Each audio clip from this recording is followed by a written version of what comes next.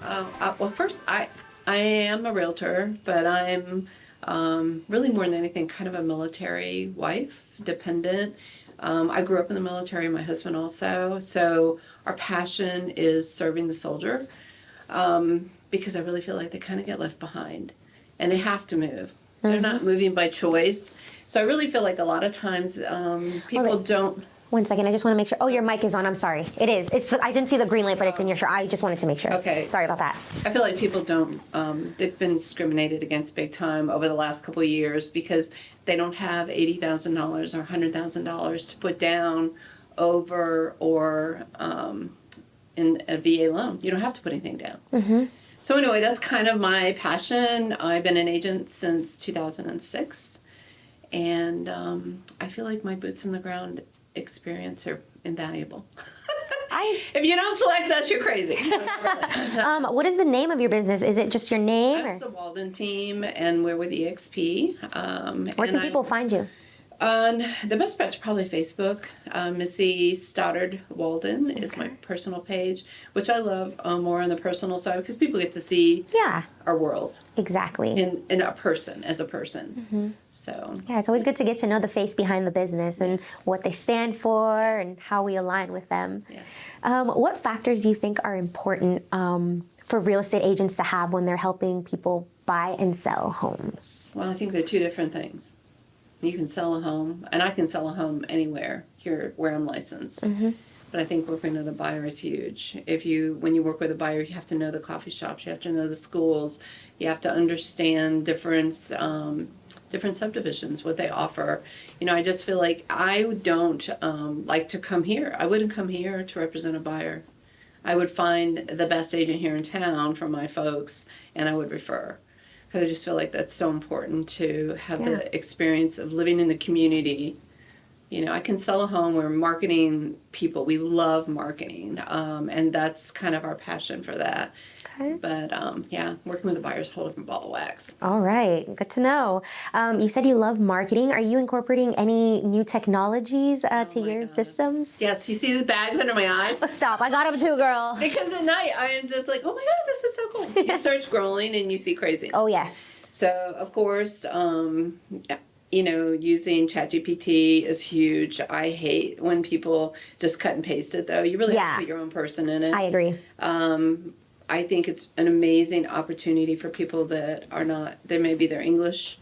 Like my business partner is from Dominican Republic. He's very strong, obviously, with Spanish. Yes. But so he uses a lot of ChatGPT. I think it gets you over that hump. If you can't think and I'm like, I'll just figure it out tomorrow. No, drop something in ChatGPT. Let them help you initiate your excitement for the subject. So that is huge.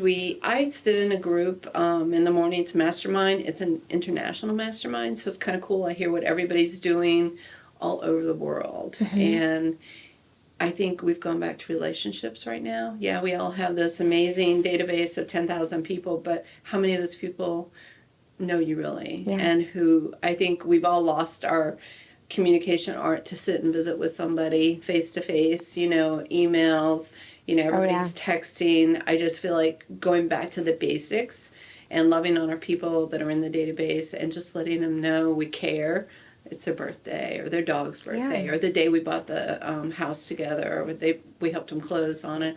I think that going back to the basics is huge. I agree. I feel like we get lost in our instant gratification of texting and just DMing somebody or tweeting, whatever you want to call it. And people forget, like, face-to-face interaction, getting to know somebody, looking somebody in the eye, shaking somebody's hand, does get lost in all that craziness. But there are ups and downs to it, but we just got to find a way to navigate a way that's not so cold, like what you said. I think you can't put all your eggs in one basket either. If everybody's all Instagram, what happens if Instagram takes down all of your content, your host? Yeah.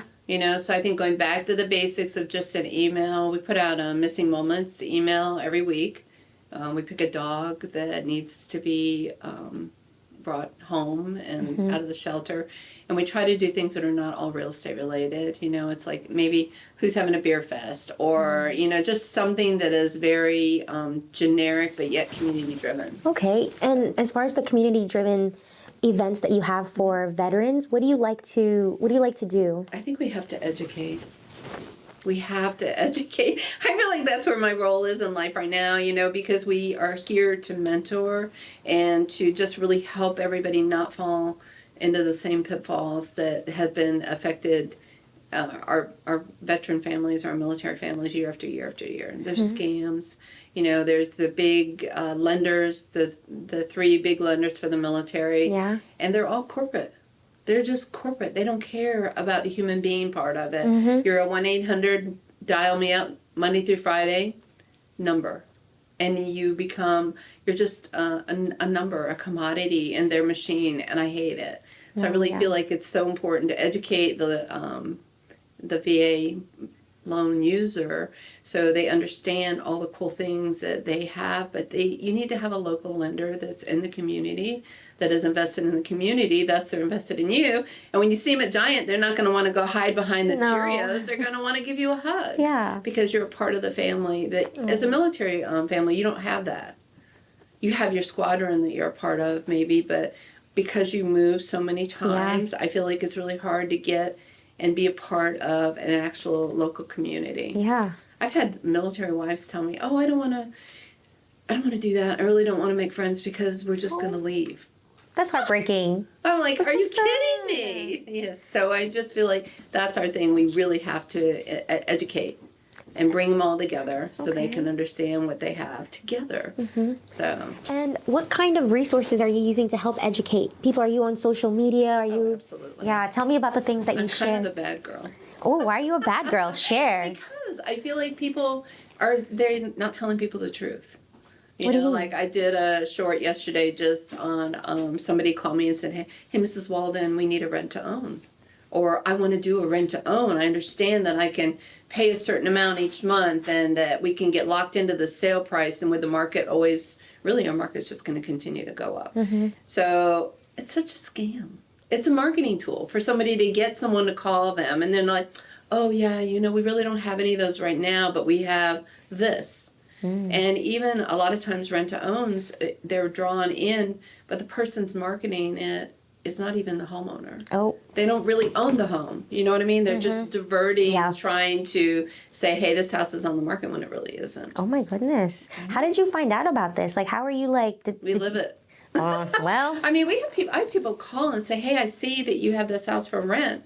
And what they've done is they've taken my for sale listing and they've turned it into a rental listing and put it out there. I know it's bad. And then they tell people, it's like, hey, you can't get into it right now. It's occupied for another 2 weeks. Go ahead and send us your $1,000 deposit, money order to some weird address. So they go ahead and send their money to this, but yet the house will never be available for them. My goodness, that's so it's just horrible. scammy, but those are things. And the people will call me. They keep my phone number on it. So they'll call me and they'll say, hey, I sent you my $1,000. When do we get a chance when do we want us to do the lease or the application?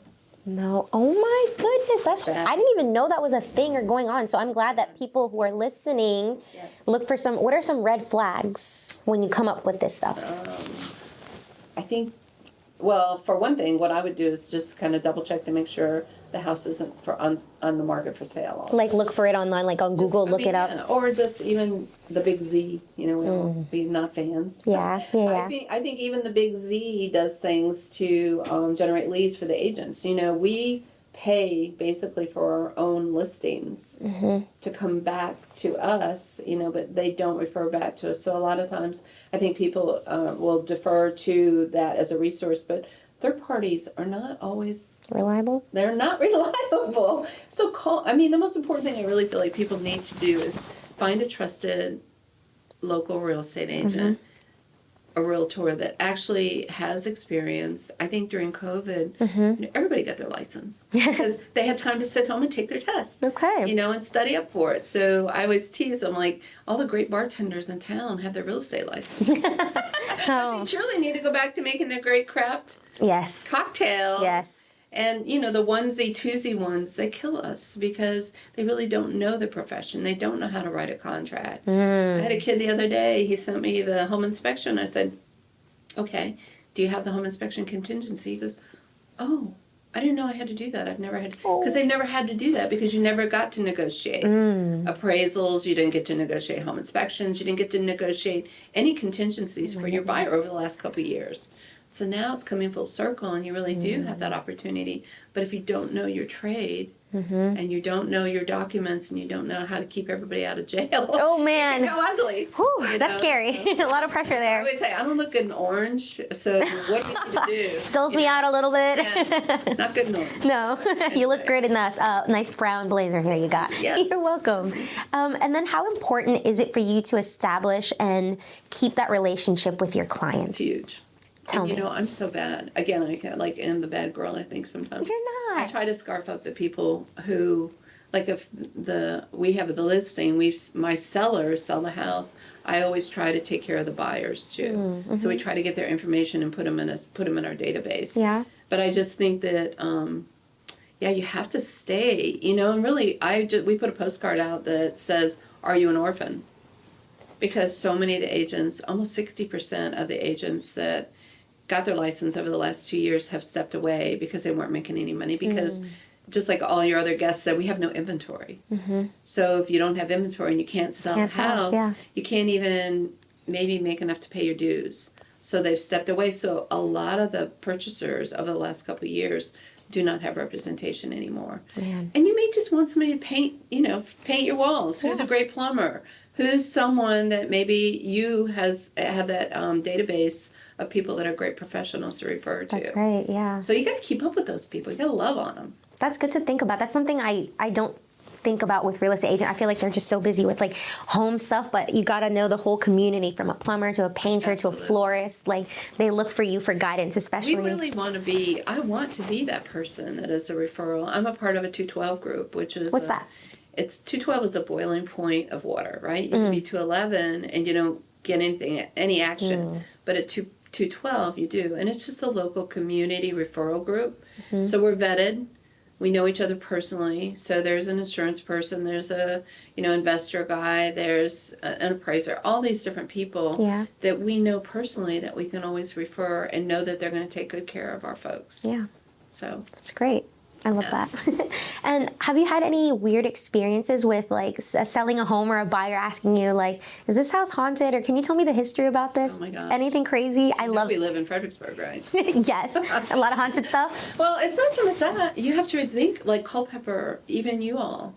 How many hens have been on that rail? And that home was built in 1886. How many boots have gone down the stairs? I sold a home in Culpeper, and every time I walked in, I knew I really wasn't by myself. Oh my goodness! It gives me goosebumps, actually. Okay. So I would always just say, "Hey, everybody, how's everybody going?" And you have to respect the core, the heart of a home that way. I just really feel like it's really super important for everybody to. You have to be respectful. Yeah. And when you get that feeling when you walk in a home, if you're not going to be happy there, it's not going to change. Whoa. So you just know, don't you? Yeah. When you all bought your home, didn't you know when you first walked in the door that this was probably the house? Not yet, but hopefully in the future. Okay. But I think that that's a big deal. Yeah. It truly is. So I'm hoping to feel that one day. you will. Thank you. Do it soon, though. Okay. I just feel like nothing's going to get better. Oh, that's what I keep hearing. Yes. Knocking on some wood here. And then who are you outside of work? What do you like to do? Oh my gosh. I really, really enjoy walking. I am a walker. I'm FXBG Walkers is our hashtag. What's that? Just a Fredericksburg Walker. Ah. And I did the Camino. Have you heard of the Camino? No, I feel so Well, it's in Spain. So we started in Portugal, and a bunch of ladies that they needed a warm body. Somebody had dropped out, so I dropped in, and one of the ladies I went to high school with had invited me to do that. So we're all older. And I thought, I need 2 new knees probably down the road. And I thought, before I have to have my knees done, this is something I've always wanted to do. So anyway, we walked for 7 days. You walk like 14 miles each day. You have a pack. We did cheat a little bit. That's okay. We had a carrier. He took our suitcases from each spot. So each day, we started in a new location, and we walked all day long. We'd stop and have a First day they went like 18 miles. I'm like, you guys, this Oh, old girl's man. not doing that. I'm done. So I told them, I said, I'm going to stop at lunchtime. I'm going to take my shoes off. I'm going to change shoes and socks, have a glass of wine Yeah. and a sandwich, and then we'll move on. And these 3 of them were marathoners. So they're that mentality. They're just going to put their head down and they're going to get there. Yep. Can we please look at the cows? Can we check the houses Enjoy the out? moment. You're going through villages. Yeah. I mean, it was such it beautiful? an exceptional experience in my life. I'm so glad I did it. And we met people from all over the world. Wow. And a lot of single women. It was really interesting to me because you're walking in a foreign country with your pack. Yeah. You may not have a phone. Some people just wanted to totally be phone free. Off the grid. Which, not for me, because I really want to take a lot of pictures Yeah. and stuff. But a lot of people do that trek to center their heart again. Mm-hmm. You know, they may have had something bad happen in their life and they just needed to be by themselves. So, I mean, we met amazing people from all over the world. And one young lady, she saw my knee was killing me like the 3rd day. And I was just sitting on a wall, just kind of taking some time. She goes, do you know about kinetic taping? And I'm like, I should. I mean, I have 20 years in orthopedics, so I should know that. And I thought, I cannot believe my doctor forgot to tell me about it. He gives me a stupid brace. I mean, a brace never stays in place. No. Especially when you're walking 14 miles each day. So anyway, she pulled out this tape and she goes, this is what I taught my mom. I'm thinking, okay, is this a compliment or not? But I'll run with it. I'll be the mom today. But she showed me how to tape on either side. We did a YouTube video and brought it up. So it was just amazing. And you could keep that tape on for 3 days. Okay. So this young lady, we saw her each town, every town we went to, the people that I was with, good Catholic, so they wanted to hurry up and get there for Mass, so we would go and we would attend Mass and everything, and you kind of run into the same people the whole way through this trail. And then when we got to De Santiago, this is what made me really think about communicating. Here are all these people, nobody knows each other other than they've bonded over their trail walk. Yeah. And they're all hugging. This is a huge cathedral square. How many people would you estimate were there? I mean, thousands of people. You know, but they're all the people you wrapped your arms around through the whole trek. Everybody was coming up, giving each other a hug. Oh. And I'm thinking, I wish our United States leadership could be here. We could have Russia, we could have Spain, and everybody could Take meet note. and come and really physically talk to each other. Yeah. That's Amazing. Yeah. If you get a chance to do it, you have to do it. I'll have to. Is it like a global thing where like people just come? Everybody You don't have comes to be from all part over of the like place. No. anything. Okay, cool. I would love to do that one day. It's very interesting. And- It's cool. And we stayed in a different Airbnb each night. How do you even plan that? Well, you go with somebody who does plan. Okay, I was gonna say. And then when I came back early, we went to Rome afterwards, and I came back 4 days early. Yeah. And just went over. I had flown out of Norfolk, so I flew into Norfolk, and then we have a condo over at Cape Charles, and I just like slept for 2 days. My neighbors are like, "Hey girl, you okay? Hey girl, you okay?" And they're like, "We saw you come in on Friday. It's Sunday. Are you okay?" And I'm like, "Oh my God." And I didn't really know where I was because we'd slept in a different bed every night. And I'm like, they're like, "You want to go to happy hour?" I'm like, "Give me 15 minutes. I'll be right there." But it was an amazing experience. Yeah, it sounds like a good time. A lot of friendliness sounds like. I love that for you. International friendliness. Okay. What a concept. Yeah, I can't even think about like who all is gonna be there and if they're gonna be nice to me, but it sounds like they were nice. Everybody knew why you were there. You knew why you were there. Everybody had a different mission for their walk. Yeah. Did you have a mission that you would want to share? Or? I think I just really wanted to do it. It's one of those things you just have to do before you can't. That's right. And you said you have at this knees. age and stage of my life. I mean, there's so many things. It's like, there's things that you just have to accomplish before you can't. Yes. And I think, like, I see that with older folks. They wait too long. They're in their lives. They wait too long before maybe they need to downsize, but they're not downsizing. And it's just overwhelming for them. So I think that same lesson learned, just plan a little bit ahead. Yeah. And I mean, I had one family that the mom had Alzheimer's and she was wandering the streets, and Pop would have to bring her back. And then it just got out of control. So they decided she went ahead and they put her in assisted living. And all Pops wanted to do was be with her. Oh. So the house was a mess. I mean, it needed a lot. So I was able, to play matchmaker with a Marine Corps family that was moving here from Okinawa. Oh. And I had sold their house, and I'm like, you guys, this is a great deal. You're going to get a mess. Be ready. But I knew that they could make it happen. And so anyway, they bought a house sight unseen. Yeah. And they are in it now. And Miss Laura has totally gutted that whole house. It's absolutely gorgeous. But at the end of all this, when everybody was out of the house, I was left with the dog. I had Buster, because Buster could not go to assisted living. Yeah. And I was like, are you kidding me? People have no clue. Some of the loose ends that we end up tying up. So we had to find a home for Buster. Oh my So, goodness. I mean, it really it tore me up. It was one of the hardest transactions that I've ever done. Darn. Sounds like you get like really attached to some of these people and their stories, isn't it? Yes, well, their story, it's not just a sold sign. No. You know, the house is a story. The home is a story. The family is a story.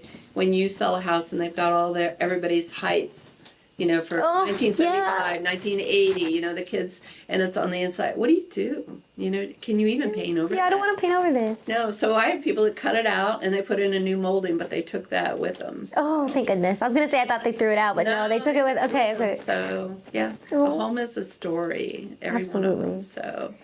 How are you keeping up with the latest trends and developments in the real estate market as far as like what houses people are looking for?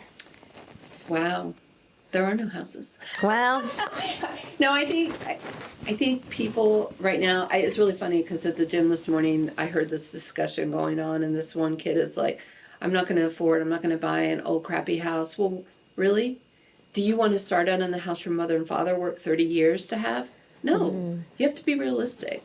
So really at this point, I think if there's something that comes on the market that is in the location that's going to work for you, it may need a lot.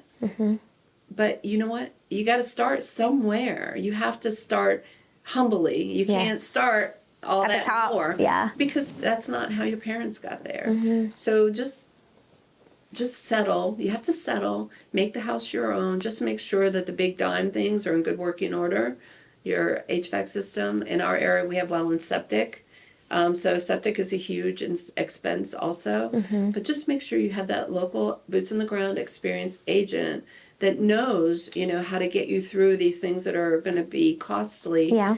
And maybe be able to negotiate a little bit for that. But you just can't start at the top, people. No. You're going to have to settle and get grandma's old brick Rambler. Hello. Make it beautiful. Make it yours. And then stay there for 5 or 6 years. And then you can sell it maybe or keep it as an investment. That's a good tip, actually, because a lot of times I think even in my head I would be like, I want to get like the newest, nicest, best thing I can get. But it's like, no, be realistic. Well, And new construction is a really great deal. I think right now in our area, new construction is probably a really good investment because they are working to make it more affordable loan-wise. Yeah.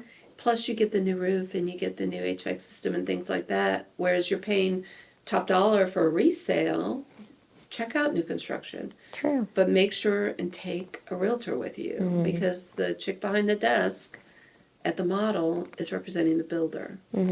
And yes, they want you to be happy and they're going to give you a kudo bar and a soda, but that's not really representing you. So you do have to take representation. Okay, noted. Because you would think, I'm just going to ask the front desk girl, but no. I feel like I always see the best in people. I'm like, not that they have ill intention toward me, but, you know, again, they're representing the person who's selling it. Yes. So. Oh, and that's another big deal right now. Everybody's going to the person who's the listing agent. Hello? You think that listing agent is going to represent you as fairly as they're going to represent their seller? Honestly, no. And if somebody does dual, it's called dual representation when you do that, you're walking a fine line. Again, I don't look good in orange. I think it's a huge conflict of interest to do dual representation. Wow. But I do feel like it's coming down the road. Oh. Because buyer commission is in question big time. Oh, my goodness. So I think people are going to forego having a buyer agency represent them and probably go straight to the listing agent. Well, something to think about for down the line, huh? Scary. Yeah. It is scary. What advice would you give to first-time buyers as far as looking for a great deal or what's the best price that they can get? Yeah, there's no great deal. Darn. There's Well, no great deal. I do feel like, again, just going back to the representation, you have to have someone who has that is strong enough to advocate for you, that has the knowledge level to ask the right questions and not just throw baby under the bus. Because right now that's all it's financial. Everybody's like throwing as much money at the deal as possible, but it's not always the money. A lot of times it's the terms of the contract. And as I understand it too, people who bought at the peak of the market the last 2 years, a lot of them felt like they had not been represented properly. But yet they had FOMO. They had to have it. They wanted to win the deal. So they were bringing money even over the appraised value, foregoing home inspections, foregoing any contingency that they would have in order to win. But if any of you all are out there and you want to sell, you have enough equity to sell, but be smart about it the second time around for sure. Okay, So there's that tip for y'all. Listen up. Better listen. It's an educational experience for sure, and you don't want to have a negative experience if it's all possible. Definitely not. That would be, I don't know, especially for first-time buyers. I feel like once you have a negative experience, you're going to be, next time you do that, you're going to feel very like, it's just sad. It really is. And everybody's like, well, first-time home buyers, is there a first-time home loan? Is there, and there really isn't. And again, just be smart. Whoever it is that is going to represent you, you can ask them to please print out their MLS production so you can see, have they even sold a house? They may be the cutest kid on the block on TikTok, and they may be able to fake it, but it's all about the experience. Anybody can pass the crazy test. It's really sad. I feel like that the bar of entry into the world of real estate is so low, and it's just a lot of people should not be representing people because they're all about the commission. When the real estate agent needs the commission more than you need the house, it's going to go bad. Oh man, why do you think it's that easy? Like, I don't know much about like the real estate industry in that sense where like to take these tests. It's not that easy. I'm just saying the bar of entry. It's like, I really feel like they should make everybody, because we're independent contractors. You're going to own your own business. You should maybe have to pay $10,000. It's like buying a franchise. You have to be invested as a professional and know your stuff. So maybe if you invest financially, you'll get educated, so you will be able to grow your own business. So dang, something to think about. So just because they have a TikTok doesn't mean that they know everything. Yes. Look at the credentials, the MLS, make sure everything's legit. Yep. Okay. Yep, absolutely. And then what do you think are 3 qualities that people should look for in a real estate agent when they're tall and blonde. Oh, come on now. No, I think communication is huge. Yeah. We do automatically ask, how do you want to communicate? And again, I think your production, it's not the team's production, it's what is your production? How many people have you closed? And then ask for personal references. I think Google has been pretty interesting to watch everybody's referrals or recommendations. If this person doesn't have a Google account, it's kind of scary. Oh. Or like we have a lot on Zillow. We have tons of recommendations on Zillow. But ask to maybe reach out to someone that they have service and just see. Okay. So, yeah. Okay. But as far as like character traits or anything like that. Oh, they have to be compassionate and they have to listen. And I think myself, I really try to put my feet in their boots, in their shoes, and just see and remember. I mean, hello, for us, it's been, a bazillion years back before that was our first purchase, our first home purchase. Yeah. But you have to, again, the agent can't be hungrier for their commission than you need the house. And that I really feel like that should be something that comes across. You'll know that you can tell when people have commission breath. I love these little words you say. Commission breath, or are they really invested in you? Do they understand? And we send a questionnaire right off the bat. I send a questionnaire just so I can really understand. I want them to talk to each other. A lot of times the husband and the wife, they're not on the same path. The wife is like, oh, I'll be happy with a townhouse. We just need to have a little yard out back to let the dog out. Husband's like, man, we want 5 acres. And I'm like, y'all need to talk to each other. Yeah. So having that questionnaire for both of them to answer really helps them center themselves again, too. And you have to be able, once I have the basic questionnaire, I have that time that I can sit and discuss with them. Really, you guys, this is what's on the market. What do you really want? Okay. So. That's a good point though, because how awkward is it when you are like coming in and they're like, I want this. No, but I want this. And it's just like, oh, this is awkward. You don't want to pick a side and then have them feel alienated. And I think a lot of agents, we have lead generation that comes to us, and you get the call, and you like run and gun. It's like, oh my God, I gotta go show this house. No, you don't. Ask some questions first. And even in this market, even though it says that the listing is active, they may already be working 2 or 3 offers. So why would you go and show that house? So again, it goes down to communication. You have to call the listing agent and say, hey, you've been on the market for an hour. Do you have any contracts already? And a lot of times, a year or 2 ago, and they were like, oh, absolutely. We've already had, 15 showings in the first 15 minutes. So it's really, you have to ask the agent. You have to communicate with the agent on the other side. And I think your peer reputation, how you play in the sandbox, will win you a deal or lose you a deal. Dang. If you're a poopy person, who wants to do business with you? No, not anybody. Sorry, no. It just takes the fun out of it. Yeah. If everybody's so damn serious and so, oh, I have to beat my chest. It's all about me. Well, no, it's not. No. We all have the same mission. We all want to get to the same end goal, and it's for our clients. Yeah, exactly. So, plus, it'll make you feel good, too, not being a poopy person. Oh, but some people don't realize they're poopy people. Well, realitychecktime.com. Sometimes you have to tell them.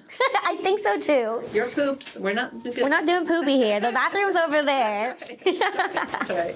So. And then, just to wrap things up here, if you could leave us with one message for our listeners, what would that be? It could be in regards to the world, family, veterans, life in general.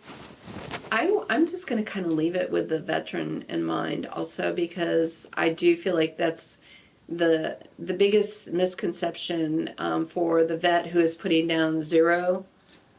When you do a VA loan, you really don't have to put down 3.5%. You don't have to put down anything. You can put down 0.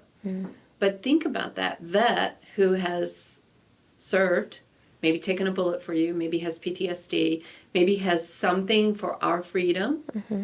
That's why he has this opportunity to use that VA loan. And the other thing, you may get somebody who's putting down $100,000, but they've emptied out their TSP, they've emptied out their savings account, and what happens if something goes bad in their life? Are they going to be able to afford their mortgage? Because they don't have a backup plan. No. My military folks have a guaranteed job. They're not going to lose their position unless they really mess up bad. They usually are very astute financially. They really are trying to, save some money and make sure that they have a backup plan, because they never know when they're going to be transferred either. And then the other thing with a VA appraisal is the biggest bump in the road, especially for the Northern Virginia agents. And I don't mean to throw you all under the bus. No, throw us. I'll tell you what, Northern Virginia agents have been very discriminatory towards our VA buyers. Oh. Well, we're not so sure if the appraisal's going to come in. And, there may be some things on the appraisal that my client doesn't want to fix, because you do get, they're called lender required repairs. So no matter what kind of loan it is, there may be lender required repairs that pop up that the appraiser calls out, not the home inspector, that the appraiser calls out. Well, then it's negotiable who takes care of them. But the VA loan is the only loan, they have something called the Tidewater Act. So if the loan actually comes in below contract value, or if the appraisal comes in below contract value, you can challenge it. You can't challenge a conventional or an FHA appraisal, but on the VA you can certainly. And if you have priced that house properly and you understand the comps that the appraiser's going to use, then you should have no issues with challenging it if it comes in low. So it's all about pricing the house properly. But for my vets, I want to reach out to all of you all, anybody that's here that's listening to us. Please give that person who served this country for your freedom the opportunity to be a homeowner also. It's huge. Thank you for being an advocate for them.